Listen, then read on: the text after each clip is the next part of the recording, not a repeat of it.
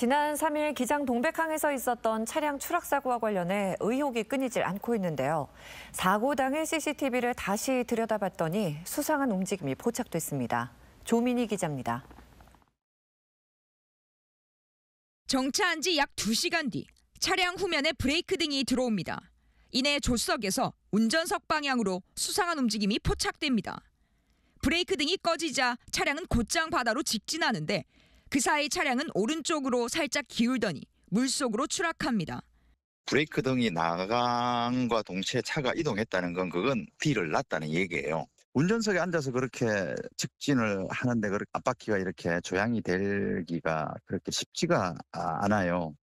사고 당시 브레이크를 밟고 기어를 바꾼 사람이 누군지 해경은 모든 가능성을 열어두고 수사하고 있습니다.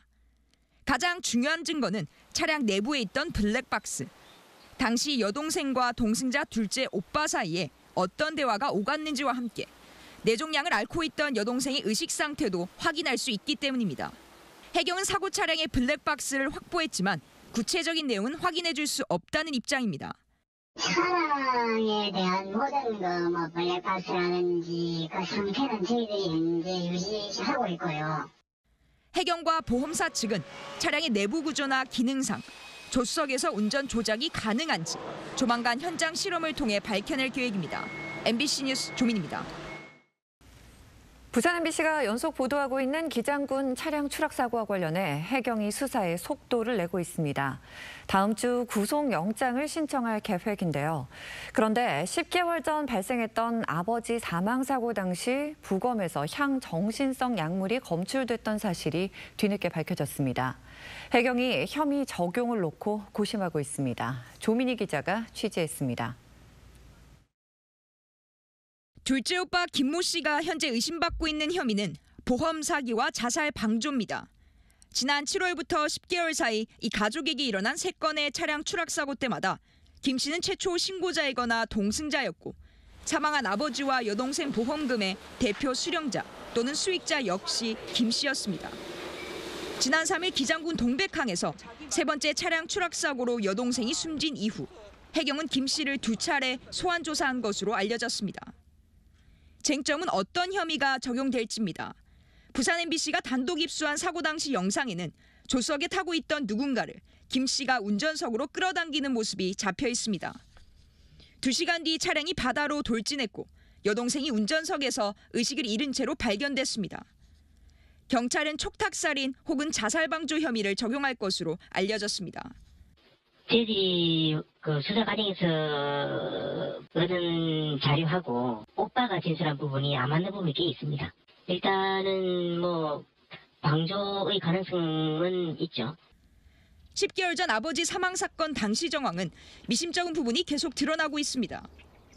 MBC 취재 결과 아버지 사망 이후 부검 결과에서 항정신성 의약품으로 분류되는 약물이 검출된 것으로 확인됐습니다. 약물은 여러 가지가 나왔었거든요. 이제 더 이상은 제가 설명을 못 드리겠습니다. 약물과 사망 사건의 인과관계, 또 당시 아들 김 씨의 행적이 얼마나 입증됐냐에 따라 단순한 자살 방조와는 다른 혐의가 적용될 가능성이 있습니다. 해경은 보안 수사 후 다음 주 중 김 씨에 대해 구속영장을 신청할 예정입니다.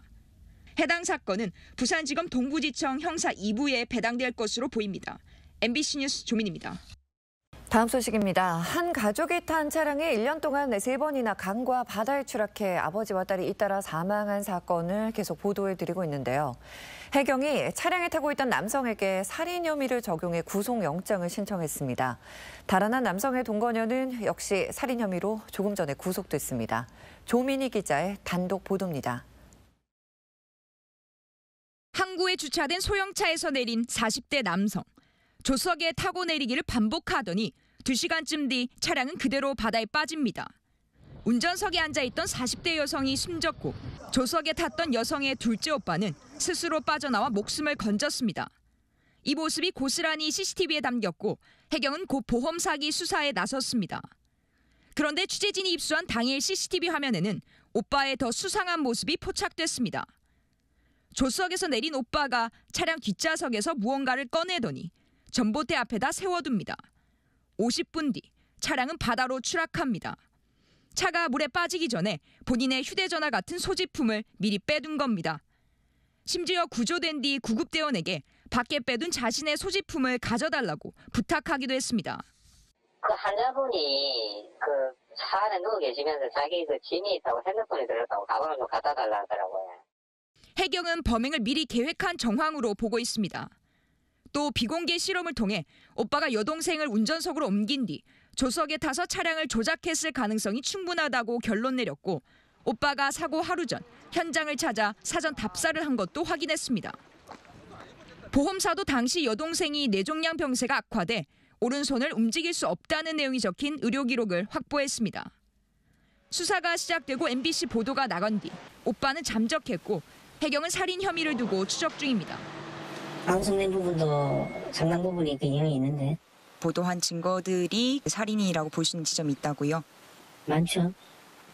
한편 최근까지 사고 차량의 명의자였고 범행까지 공모한 것으로 알려진 오빠의 동거녀는 살인과 보험 사기 혐의로 조금 전 구속됐습니다. MBC 뉴스 조민입니다.